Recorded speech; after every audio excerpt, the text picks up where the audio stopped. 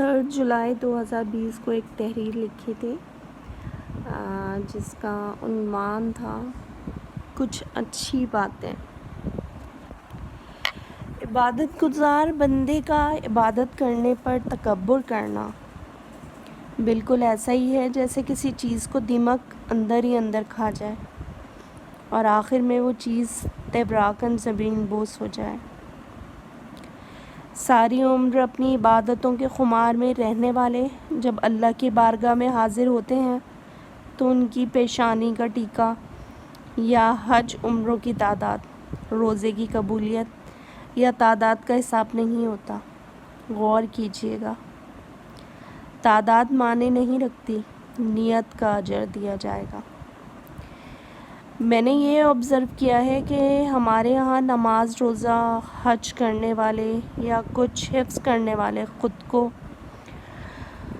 خود ہی نیک سمجھ کے جنت کے حقدار سمجھ لیتے ہیں، اور بجائے اس کے کہ وہ لوگ عاجزی اختیار کریں اور اخلاق کی پاسداری کرتے ہوئے دین کی محبت لوگوں کے دلوں میں پیدا کریں، وہ اپنے آپ کو اعلیٰ ترین مسلمان سمجھ کر دوسروں کی تذلیل کرنا شروع کر دیتے ہیں۔ کفر کے بعد سخت ترین گناہ کسی مسلمان کی بے عزتی کرنا ہے۔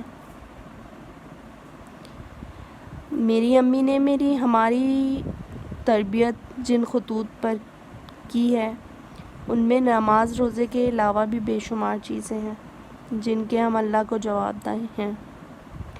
مثلاً کبھی کسی کا نام نہ بگاڑو یا اس کی ظاہری شخصیت کی کسی کمی کو لے کر اس کا مذاق اڑاؤ یا غلط نام سے پکارو۔ جب کسی کا کوئی عیب پتہ چل جائے تو اس کو ڈھانپو، اللہ اس کے بدلے میں تمہارے عیب ڈھانپے گا۔ ہمیشہ سچ بولو، مذاق میں بھی جھوٹ نہ بولو۔ جھوٹ کی گنجائش اس صورت میں ہے کہ اگر کہیں نفرت پڑنے کا امکان ہو، اور جھوٹ کا سہارا لینے میں برائی نہیں ہے۔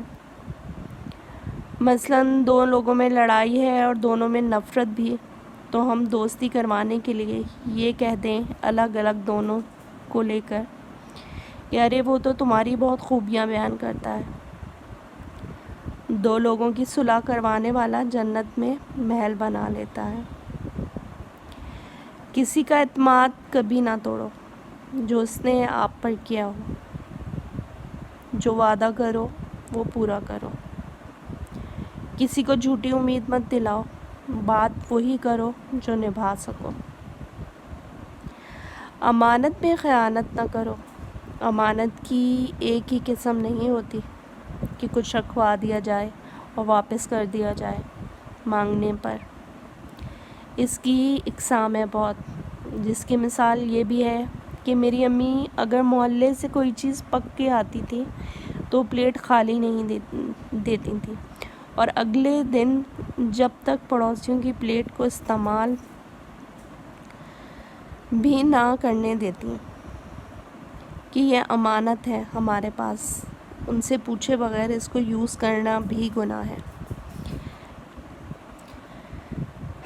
یا کسی کا راز بھی ہمارے پاس امانت ہی ہوتا ہے جس میں خیانت کا بھی گناہ ہے۔ تصدیق کے بغیر کوئی بات کرنا، جھوٹی افواہ پھیلانا بھی گناہ ہے۔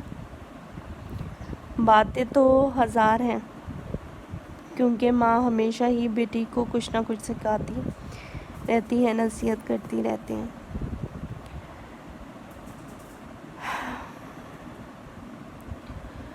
ان باتوں کو شیئر کرنے کا مقصد یہ بھی ہے کہ ان سب پہ عمل کرنا بھی اتنا ہی ضروری ہے جتنا فرض عبادت ضروری ہے۔